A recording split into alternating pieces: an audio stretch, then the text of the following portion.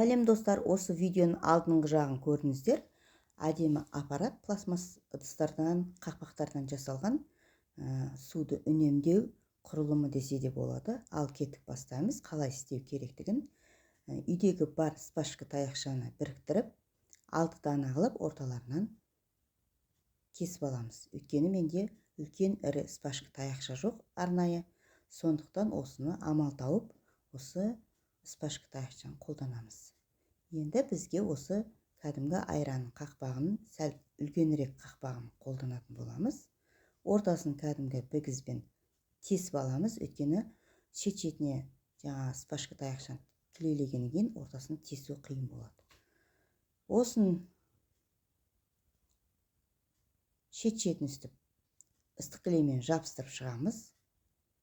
Негізі бұл маған ұнаған жоқ. Енді үстіп жабыстырып шықтым.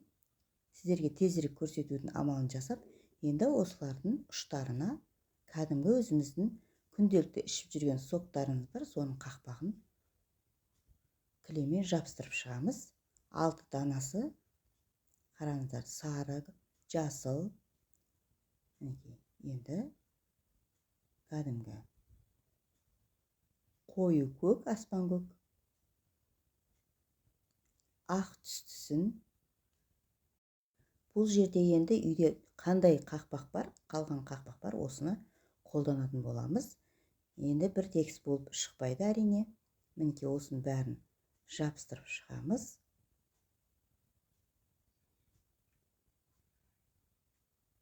Енді ортасын біз тесіп дайындап қойғанбыз. Соны кішкене дайын темір бар, соған кіргіземіз. Енді астындағы кәдімгі пластмасс ыдысқа қайырып, осыны екі шетін клейлейтін боламыз. Алдымен кемпірауызбен бұрап аламыз.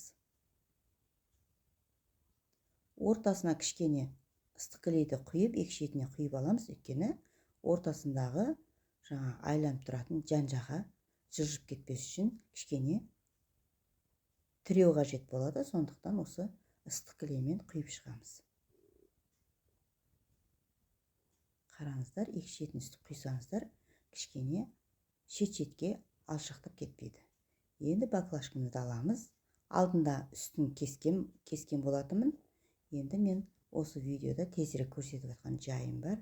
Бұл негізі үсті емес, астына тескен ыңғайлы екен.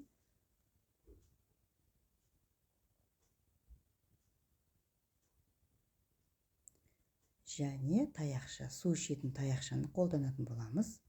Осының арғы жағына кішкене тағы да ыдыстарды жалғастыратын боламыз.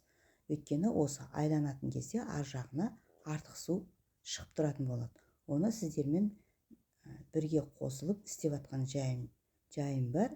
Ол жағын сіздерге көрсеткенге кішкене уақыт жетпеді. Мінекей астын тесіп аламыз және осы таяқшаны қоятын боламыз.